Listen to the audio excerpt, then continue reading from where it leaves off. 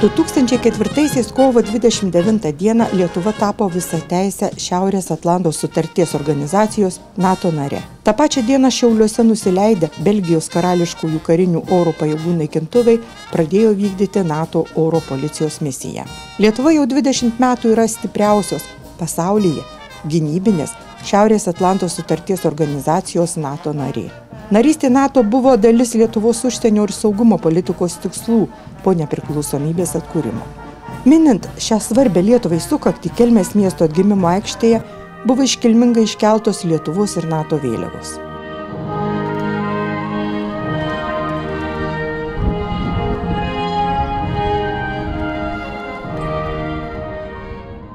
Susirinkusiuosius pasveikino ir apie NATO svarbą stiprinant mūsų saugumą ir atsparumą išorės grėsmėms priminė Kelmės rajono savivaldybės vicemeras Kęstutis Bilius.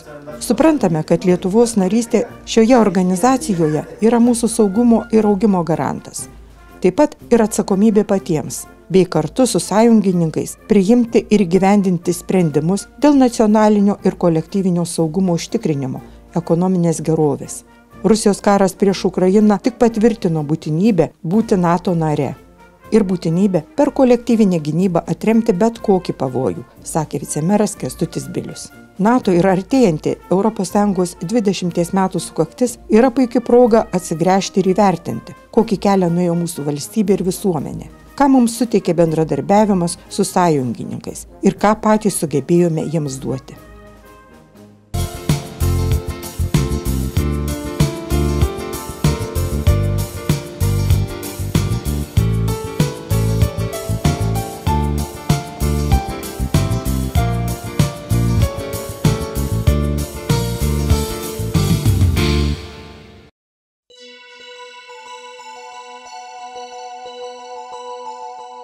Prie greta Gražantės stovinčios Juozo Liaudanskio skulptūros Broniui Laucevičiui Vargšui iškilmingai pasodintas 100-metį mininčios Lietuvos dainų šventės, kad giria žaliuotų įamžinimui skirtas ąžuoliukas. Į ąžuoliuko sodinimo ceremoniją susirinko būrys dainų šventės dalyvių, pasipuošusių tautiniais rūbais. Dainų šventės kolektyvus ir jų vadovus sveikino Kelmės rajono meras Ildefonsas Petkevičius, kuris padėkojo šokėjams, dainininkams ir muzikantams už meilę savam kraštui, tradicijų tęstinumą. Dainų šventės dalyvių gausa pasidžiaugė Kelmės rajono savivaldybės švietimo, kultūros ir sporto skyriaus vedėjų pavaduotoja Sonata Venskienė. Renginio vedėja Kelmės kultūros centro direktorė Laima Lapinskienė kvietė užtraukti dainą ir pasodinti ąžuolą.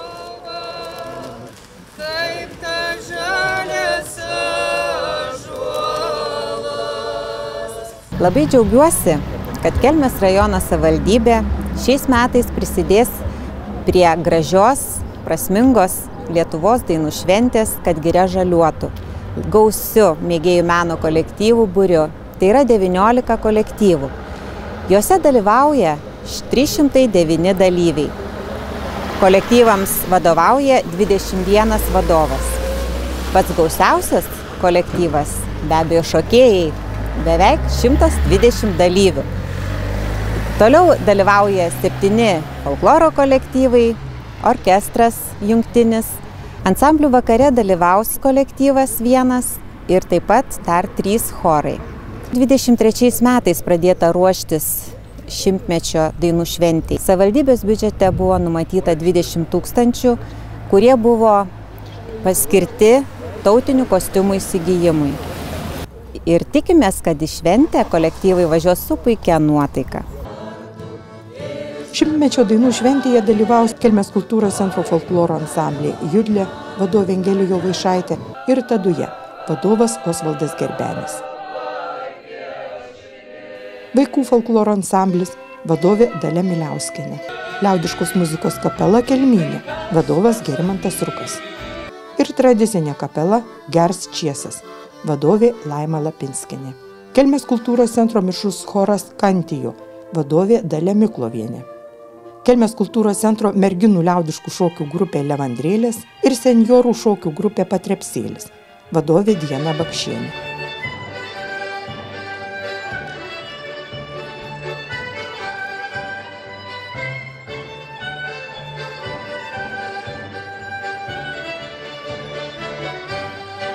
Kelmės kultūros centro Pakražančio skyriaus merginų liaudiškų šokių grupė, vadovė Gintarė Guželienė.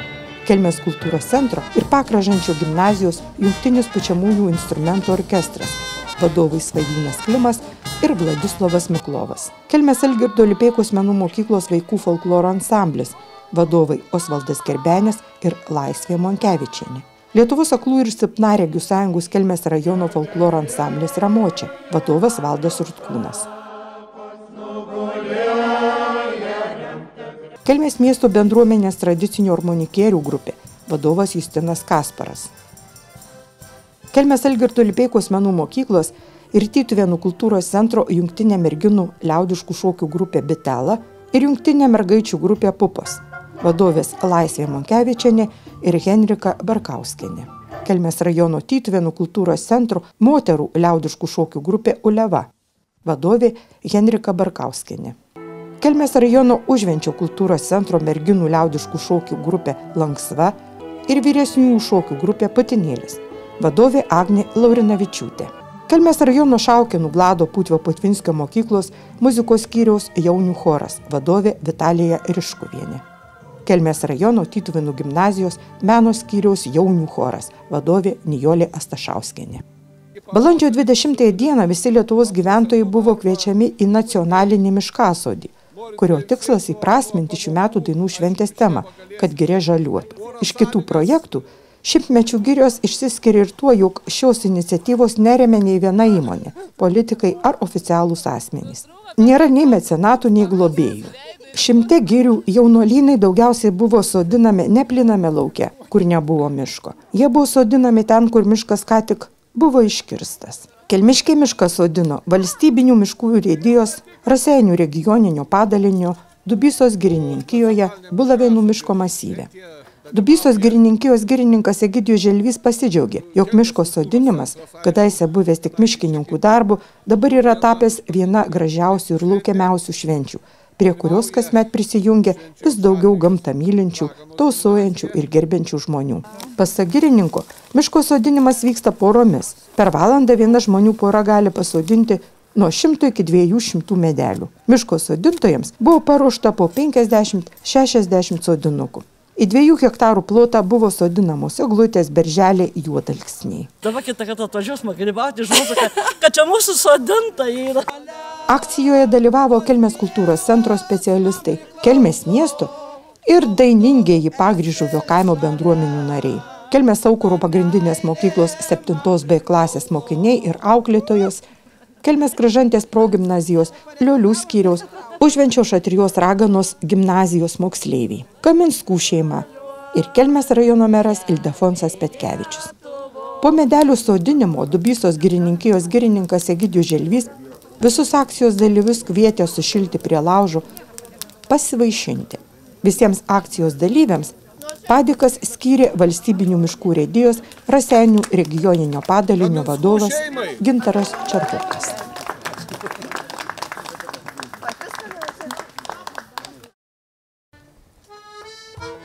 Minint pasaulinę kultūros dieną, kultūros darbuotojų bendruomenė rinkosi Kelmės mažajame teatre. Muzikinį sveikinimą kultūros darbuotojams skyrė Kelmės Algirdo Lipeikos menų mokyklos akordeonininkai, mokytoja Vaiva Bukantienė. Kultūros diena minima balandžio 15-ąją, kai 1935 m. balandžio 15 dieną Vašingtone Jungtinių Amerikos valstijų prezidentas Franklinas Rooseveltas ir 20 Lotynų Amerikos šalių atstovai pasirašė Rericho paktą, sutartį dėl kultūros vertybių apsaugos karo ir taikos metu. Tai muzikos, meno, teatro, dailės, muziejų, bibliotekų, kultūros vertybių apsaugos ir kitų kultūros srities darbuotojų bei mėgėjų šventė. Šventės proga sveikinimo žodžius tarė ir prasmingais kultūros darbuotojų darbais pasidžiaugė Kelmės rajono savivaldybės meras Ildefonsas Petkevičius, savivaldybės administracijos direktorė Danutė Laivienė, švietimo kultūros ir sporto skyriaus vedėjo pavaduotoja Sonata Venskienė. Renginio metu Kelmės rajono savivaldybės mero Ildefonso Petkevičiaus padėka už vadybinius ir profesinius gebėjimus kultūros ir meno srities veikloje perduota renginyje nedalyvavusiai Kražių Motiejaus Kazimiero Sarbievijaus kultūros centro direktoriai Linai Mikalajūnaitei. Kelmės rajono savivaldybės administracijos direktorė Danutė Laivienė padėką įteikė Kelmės rajono savivaldybės Žemaitės viešosios bibliotekos Lygšilio bibliotekos vyresniai bibliotekininkiai Dainūrai Šidlauskienei. Padėkota Žemaitės viešosios bibliotekos Maironių bibliotekos vyresniai bibliotekininkiai Birutei Paliulienei. Padėka skirta Kelmės kultūros centro etninės kultūros ir tradicinio matų skyriaus tradicinių matų koordinatoriai Eugenijai Buivydieniai. Padėka įteikta Kelmės kultūros centro etninės kultūros ir tradicinio matų skyriaus folkloristui Osvaldui Kerbeniui. Tytuvėnų kultūros centro Šadbarų skyriaus meno mėgėjų kolektyvo vadovui Stasiui Butkui padėkota Kražių Motiejaus Kazimieros Arbėvijaus kultūros centro vyresniai specialistai Raimondai Leščiauskytei. O Kražių Motiejaus Kazimieros Arbėvijaus kultūros centro muziejaus vedėjui Vygantui Mažonui padėka įteikta už kultūros centro muziejaus puoselėjimą, didelį indėlį kaupiant eksponatus bei informaciją apie Kražių krašto istoriją. Kultūros darbuotojus sveikino Kelmės rajono tarybos švietimo kultūros ir teisėtvarkos komiteto pirmininkas Vidimantas Parnarauskas ir šio komiteto nariai Irena Janušienė. Po iškilmingų sveikinimų ir padėkų įteikimo kultūros darbuotojai buvo pakviesti išklausyti lektorės Lidijos Laurinčiukienės vedamo seminaro Motyvacija ir savimotyvacija, kūrybiškumui, veiklumui, rezultatyvumui, bendrystei ir asmeniniai sėkmei.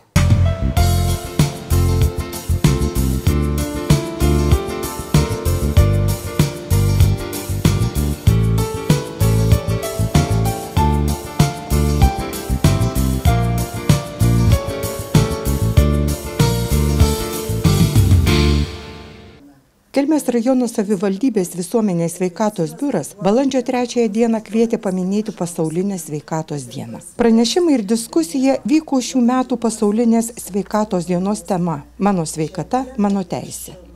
Renginio pradžioje Kelmės rajono savivaldybės visuomenės sveikatos biuro direktorė Lina Nekrašė perskaitė kelmiškiams skirtą sveikinimą, kurį atsiuntė Pasaulio sveikatos organizacijos biuro Lietuvoje vadovė Ingrida Zurlytė.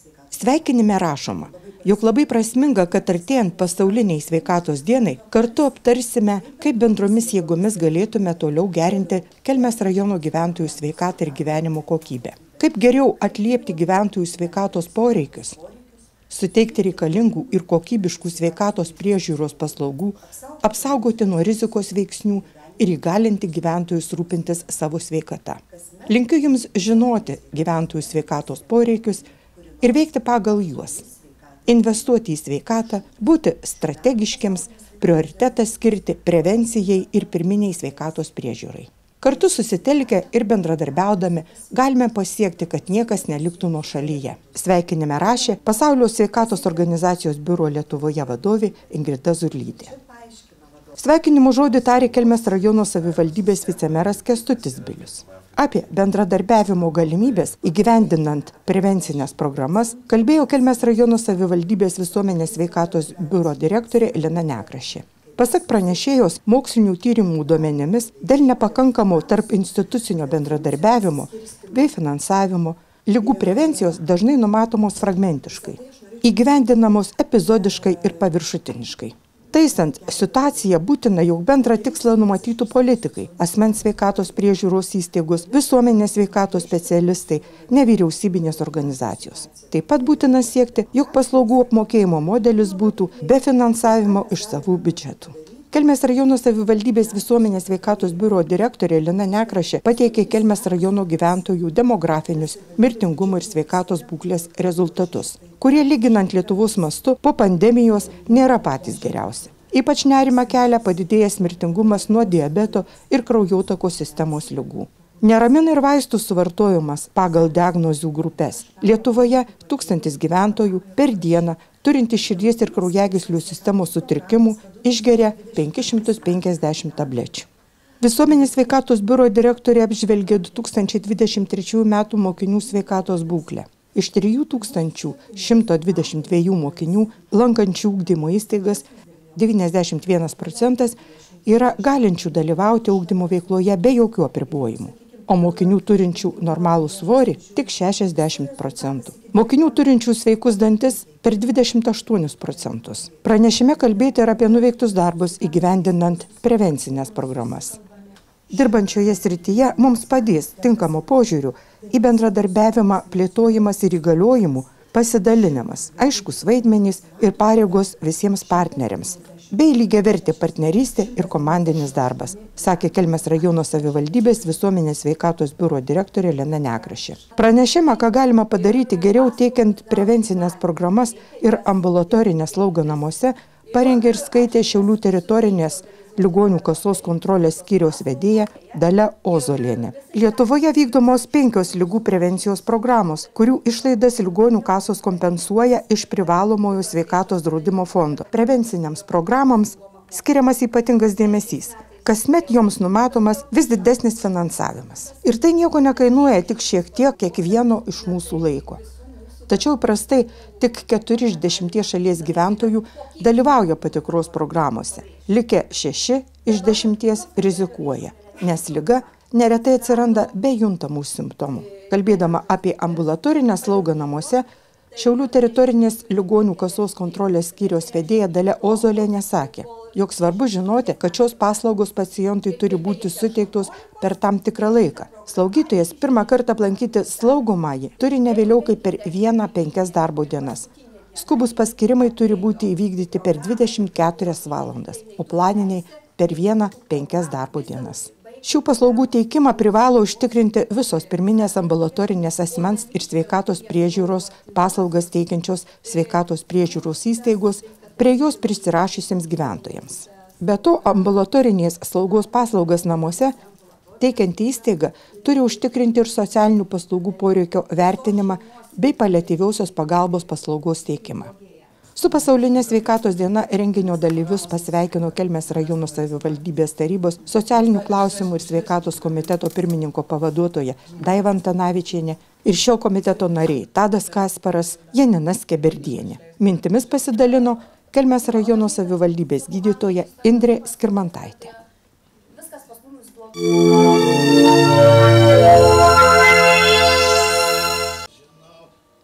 Kelmės mažajame teatre buvo minima teatro diena, skirta aktoriui, režisieriui Gediminui Trijoniui atminti.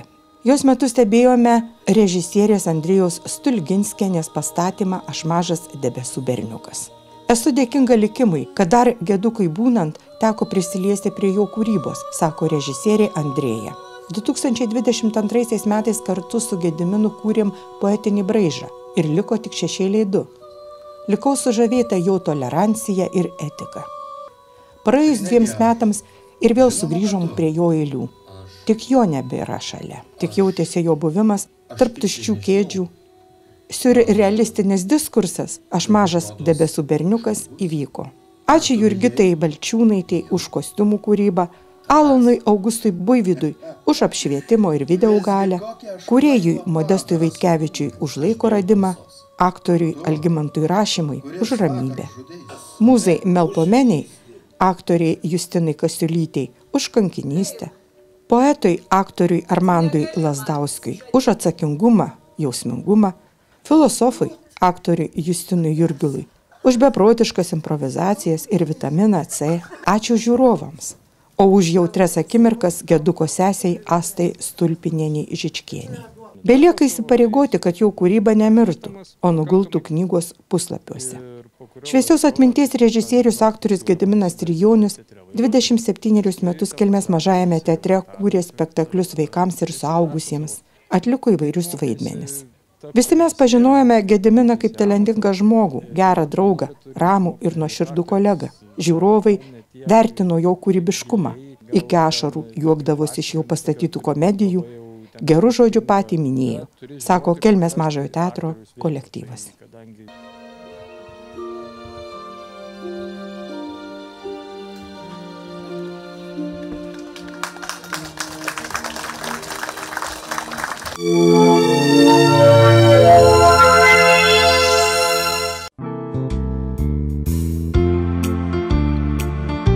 Darbštų žmonės šiandien kūrė Lietuvos kaimą, pažangų, verslų, bendruomenišką, puoselėjantį dvasinės vertybės.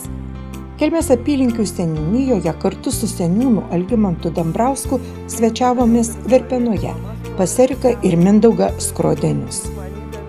Erika sako, turime daržovių ir uogų ūkius, kuriuose auginame daržovės ir uogas nedideliais kiekiais mūsų krašto žmonėms, ne prekybos centrams.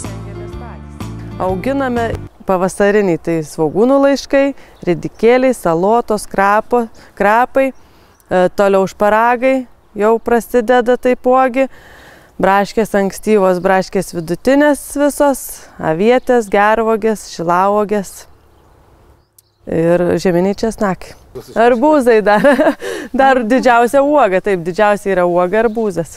Stengiamės ir juos pateikti lietuviškus. Mes prekiaujam savo užaugintą produkciją, nes parvežtinių pilna. Ką sunkiausiai auginti? Viskas sunku. Bet kai didelis noras yra ir tas sunkumas dingsta. Nes viskam priklausom esam nuo oro. Visas sunkumas yra nuo oro sąlygų. Jeigu tau šąla, reikia stengtis apdengti, apkloti, kaip ir matot, šparagai su nameliais, su pilim, kybarojas, nors čia mažai. Didieji laukai tikrai neįmanoma jų visų apkloti, nu tai vat didžiausias sunkumas tai vat apsisaugoti nuo tų, kai seka, visokių stichijų, kurios išeina ir paskui karščiai užpuola, laistymai ir visa kita. O kaip su realizacija, juk čia irgi nelengvas dalykas? Nu jau per tą 7 metus turim tų savų klientų tikriausiai, jau jie mūsų ieško, nebe mums jų reikia ieškoti, socialiniai tinklai didelę dalį padaro ir tas mūsų kioskelis. Visą pagalbą priekį. Bet jisai, kaip seniūnas sakė, labai įdomių principų veikia savitarnos būdu. Jau keletą metų jis veikia savitarnos būdu, todėl, kad manęs ten nebūna. Aš būnu čia, visa šeima būna laukuose, tai ten pristovėti ir laukti, kad kas nupirktų ten tą pundelį ar šparagų ar pundelį svogūnų, nu, tai neturim tikslo. Tai paliekam žmonių sąžiniai, šiaip džiaugiamės šituo. Pasiteisino. Svarbu, kad žmogus pamiltų darbą nuo pat mažumės, tada darbas teiks malonumą ir naudą, sako Kelmės apylinkių seniūnas Algimantas Dambrauskas. Prašom, įlįskit tą šiltnamį, jis dabar prifarširuotas, kaip sakau, visko. Pomidorai ir paprikos, ir baklažanų daigai, ir arbūzų daigai, svyrančios braškės. Jos remontantinės, jos deri visą sezoną iki kol užšąla ir jeigu žmogus parsineša juos namo, tai taipogi gali dar iki pat naujų metų beveik jas paskanauti. Aišku, nedidelis čia kiekis, bet, nu, vat, vaikam, mūsų vaikai tie kaip varniukai palesti vieną kitą tą uogikę, nes šitos paprastos braškės jos deri ir viskas, ir tos uogos baigėsi. Tai va ta remontantinė tokia išeitis kažkiek tai tą akį nudžiuginti vaikui ar ten papuošimui kažkokiam tai. Kaip keli žiedukai pasirodo, tai su teptuku kiekvieną žieduką, nes bitučių neturim, o kamanė kokią pagauna, jį bėga nuo manęs greit. Kaip žiedyną daug, tai tada eini su agroplevele, brauki tas žiedynas nuo žiedyno ir apsidulkina. Nežinau, iš kur tas pomėgis, sunku žinokit pasakyti, tas pomėgis iš kur atėjęs. Mes viskas vienam šiuo metu. Ir agronomas dabar, ir vadybininkas, ir pardavėjas, ir avietojas, ir traktoristas. Aš pridėsiu aktyvūs bendruomenės nariai. Vienu žodžiu, aktyvūs visur. Ir namie dar, ir šiltnamie, ir bendruomeniai. Nes dirbam dėl to, kad pragyventume.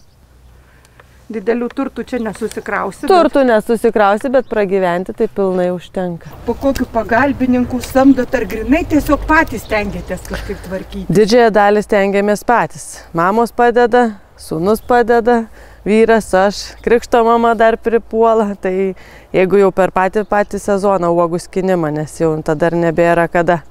Jau turi nuskinti šviežią uogą, neprisiskinsi. Biškiuką mechanizuojamės ir tą šluotą turim, nusipirkę jau nebereikia. To rankinio dar mulčerį turim nusipjauti rudeniui tuos lapus. Plevelės klotuvą turim, klojamės patys. Nu, laistymo sistema jau nebereikia laistyti rankom, kaip seniau. Vandenuko šit turim, tai laistymo sistemą pajungiam. Nu, tik rankinis darbas, skinimas, ravėjimas. Mechanizacija, automatinis atidarimas. Tai jau čia irgi žiedynai pareina po truputį, bet dar ne visai. Va. Naują veislę pabandysim, pažiūrėsim, kaip jį čia. Visko buvo, matot, kiek tarpų. Tai numirkė, nešlapė, viskas šlapė. Šparagus, kaip reikėjo žmogui įtikinti, ir dabar dar reikia daug sykių tikinti, kas tas šparagas. Aš ne ožka, aš nevalgysiu žolės ten, ar dar kažkokių tokių pasakymų daug. Bet jau kas paragavant, kas susipažinant, tai taip, jie ieško jau jų. Kaip gėlė, nu šparai. Jo, sako, kaip mes krepšelius darydavom, ten puokštę. O braškės, kai aš sakau, jau čia mūsų lietuvių tradicija. Šilauogių krūmų apie 500 yra pasodinta. Irgi nuo ankstyviausių iki vėlyviausių, irgi išsidėstė tą derlių, kad nebūtų viskas iš karto. Darbštus žmonės atskleidžia savo kūrybingumą, atkaklumą, sumanumą ir pastangas, o darbas suvokiamas kaip vertybė. Jau senų senovėje lietuvių tauta buvo laikoma darbščiais. Ne veltui liaudės išmintis teigia, nekrutėsi, neturėsi.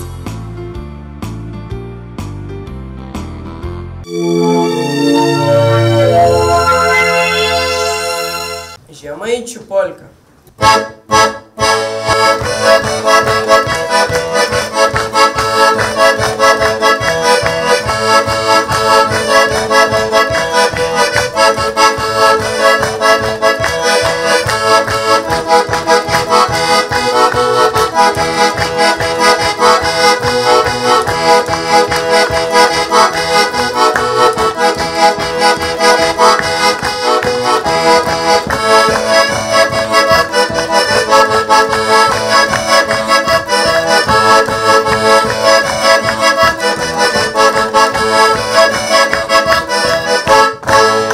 Brangieji kelmiške, tikrai nesigėdyk, nesisarmatykit, žinokit, kelmė tikroji žemaitė.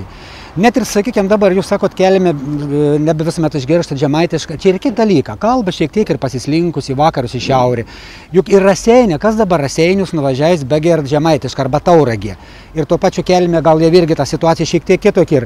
Bet tas niek nereiškia, kad kelime ir ne žemaitė. Ir tikrai žemaitė pagal būdą, pagal charakterį ir, žinoma, pagal išlaikytas kalbos ypatybės. Bet anos kai kurios šiek tiek pasislinkus į šiaurės ir vakarus čia pagal kitus dėsnius.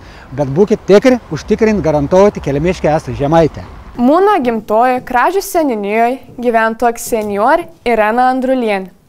Ana ir savamoksli muzikantė. Vieną kartą Ana mums papasakoja, kaip jauna būdama šokiuose groja. Paklausykit. Mūna mama buvo tokia štukuorka, jau ne jauna būdama, eidavo į šokius. Į mumes vaikus vilkdavo sykių. Aš tin žiūrėdavau, klausydavau, kaip muzikantą gruo, o vaikė su mergom šok. Į pat išmokau harmoniką griežt. Tai šokiuose reikėjo gruot, o tie šokia, katru nors kaimo daržinė būdava. Pasiprašo berna pas katru nors ūkininką iššok. Sutindavo rankas nuo to harmonikas tampimą, o vaikiam nuo to šokimą, davimą, nugaras būdavo šlapės. Prisimenu, kaip tokį melodiją gruojau įdainavau. Antstoliaus duktė guot, negraži, bet jį baguot. Ridikiulį turi raina, skrybelę kasdieną maina. Arkun verda, arkun kep, ant akių su anglim tep, kad pridūt lūpoms gatunka, tepanas su vyšniu sunka.